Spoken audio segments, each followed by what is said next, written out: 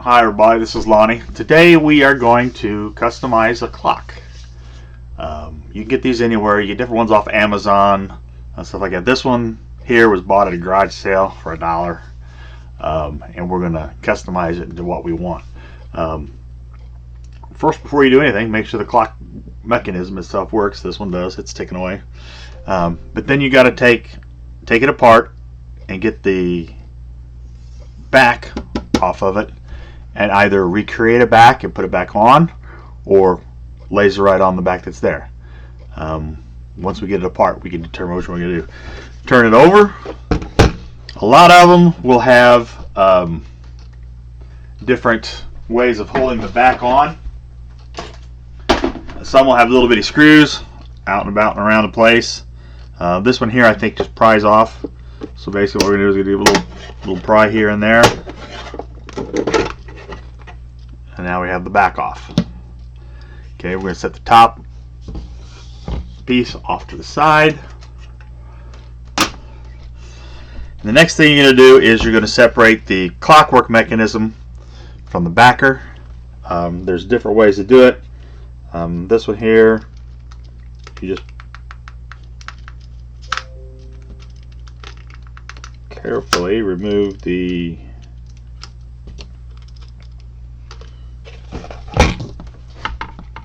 centerpiece, little cap. I don't know if you can see that or not, just a little cap.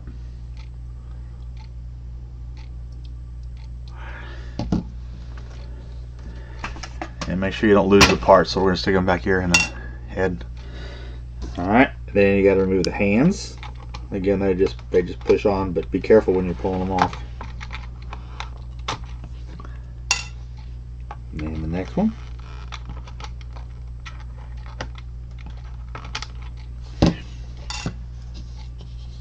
And now we can remove this, possibly remove this. It's stuck on where I leave it on there.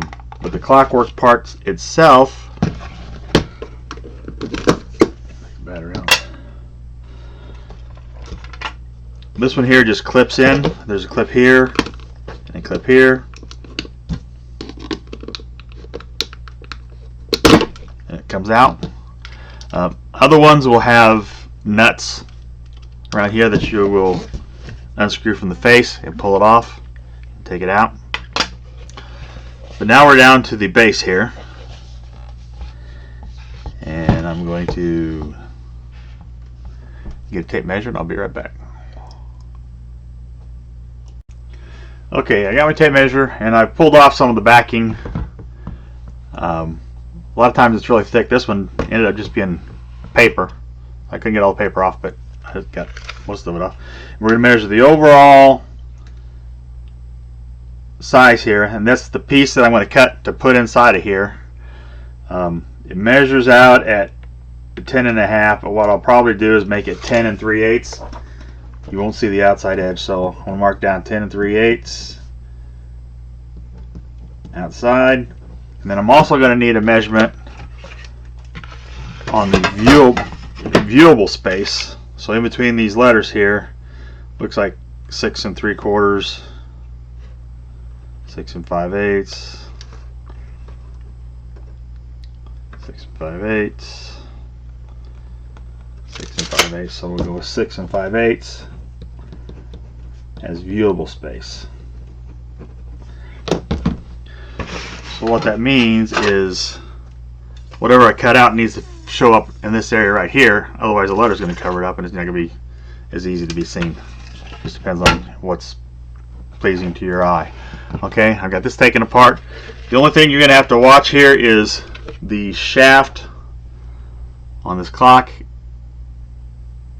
is only so long, so when it comes in from the other side you need to make sure it's long enough to fit in there, which isn't going to give us an awful lot of space,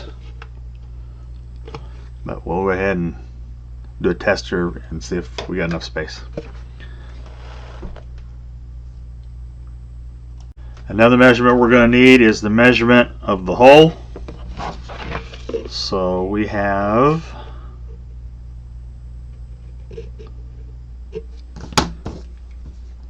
0.41 inches for the hole, which translates to 10.6 millimeters.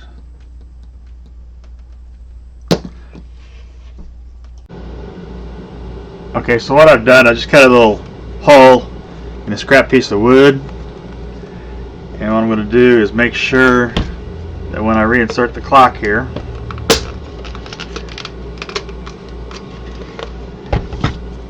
if this is the piece of wood that I use, if it's going to be long enough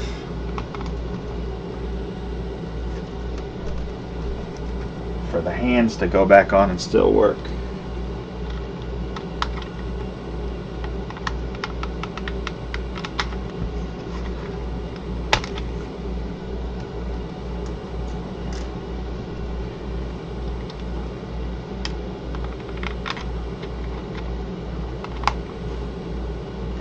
Looks like it will just barely. I may try to find a thinner piece of wood, or switch to paper. Okay, so here we are on our material that we're going to cut. This is actually a cardboard cake pan. I get these off of Amazon and use them to cut out stuff all the time. One side's silver or gold and the other side's white. And what I'm going to do here is I am going to make a circle, and this is going to be the outside edge, which we figured at 10 something. I converted it to millimeters. It's going to be 263.52 millimeters by 263.52 millimeters.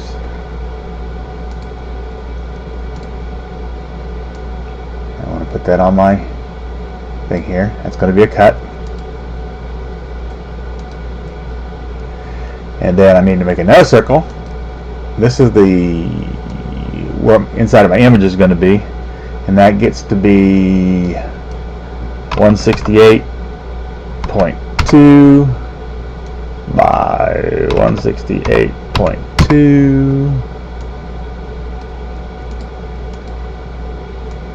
and put that there. And as you see, when you drag it across the screen, the little hash mark shows up there. It means it's up and down correct. You keep moving to the side, and when it does that, it looks like a little target. That shows you that they're centered on each other. You can also come up to the top with everything aligned and do center. We'll do that here in a minute. But the third one I got to do is a small one. That's going to be for the cutout. We're going to make that. It's supposed to be 10.6. We're going to make it 10.7 just so we got wiggle room for that clock shaft to get in. Okay. And there that is. And we're going to bring that over again. There's those lines that show up. And what we're going to do now, just to confirm, we highlight everything. We come up to align to center. I click on align to middle, and it should be all squared up. Okay, the middle one is going to be a cut. This one here is just for reference. Ignore it for processing, and that's going to be for the cut. Okay. So there is what we're going to do. Now we're going to take an image and slap it in the middle of it, and I'll be back in a second as I figure out what I'm going to put in there. Okay, now I figured out what I'm going to put on. I'm going to come down here to upload, click on it, and then my files come up. I'm going to go down to the one I want. I'm going to click on it. It's going to say content is larger than the canvas. Scale to fit? Yes. So it scales it down, and I want to come down here and I want to make it a little bit smaller so I can mess with it. And don't. Okay, so there's my image. I'm going to come here to edit image, and I'm going to take away the white. Click on the tolerance tool, and then you're going to click on where the white is. And all that white should disappear. In between some of the letters that got white in it, so I can get rid of them. If you mess up and click on the black spot and it takes it away, come up here to undo, and you can undo it. Okay, so that takes care of all our white spots. So now we've got just the image, no background. Hit confirm and drag it over onto your page, and we need to make it so it fits within inside our, you don't want to move the other thing, move it inside your viewable area. So we'll bring it in, step it down,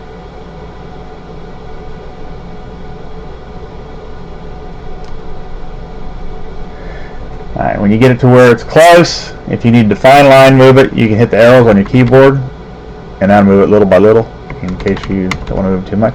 But that looks pretty good as far as being in our viewable area. Okay, now we need to pick what to engrave it at. So we don't want basswood, we want paper, corrugated cardboard, 2 millimeters. Confirm. Now we're going to click on the image itself, click on preview, and what do we want it to look like? We want it to look like that right there. Alright, so that's what we're going to leave it at. And she should be ready to go. So when we send it to the printer, this line's going to cut. This line means nothing, it's just a reference point. The image is going to engrave, and then the center hole is going to cut. Now that's everything's set up and everything's ready to go. We are going to autofocus. This is all done on a 20 watt laser. So if you do it on smaller or bigger, you may need to adjust your times. It's going down, it's autofocusing, I can hear it running.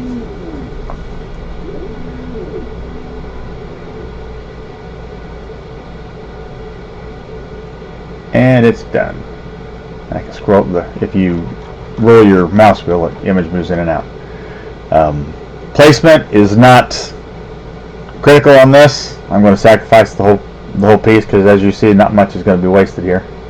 I think that's pretty good,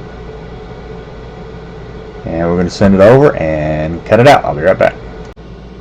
Okay, here's our piece completed. This is not silver foil, it's kind of like a silver, just a color. And you see when the laser hit it, it just took it down to the white.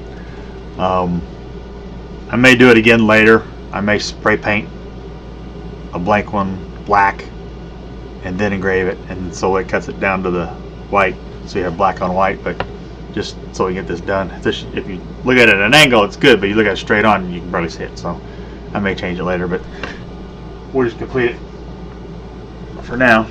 Okay, when you go to put it back together,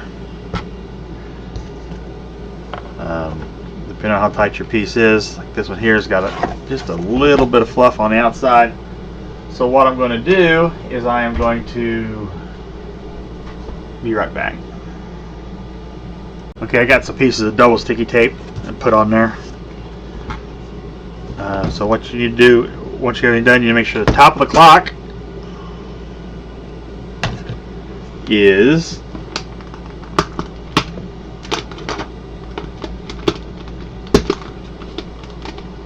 in the right spot. So when this is all put back together, the 12 is going to be up here. So I want to make sure that when I put this on there that the lettering is the correct way.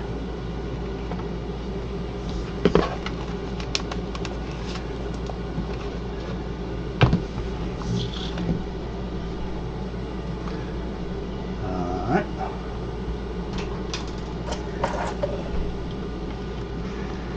Make sure I'm centered good.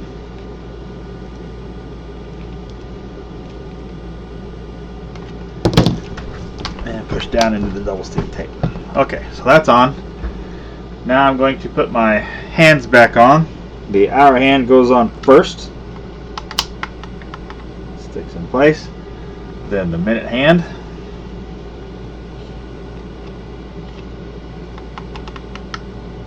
Sticks in place. And the little dot type cap. That'd be for if you had a second hand, it would go here, but this clock doesn't have a second hand. So the cap is on there. Okay, so that's all back together. Now I'm going to grab the face of the clock. And like I said, we know where 12 goes. It goes right up here at the top. So we're going to put the glass on, which you could always engrave the glass if you wanted to too. And then we'll make sure the 12's on top. Stick it back on. Click it back into place. And there is our clock. Fairly easy project. Like I say, I may tweak that centerpiece a little bit, but as you see, it all shows up where it's supposed to. Everything lines up. We'll put the battery back in and she should be good to go. Hope that helps you guys with a simple, easy project to do. If you got any questions, let me know.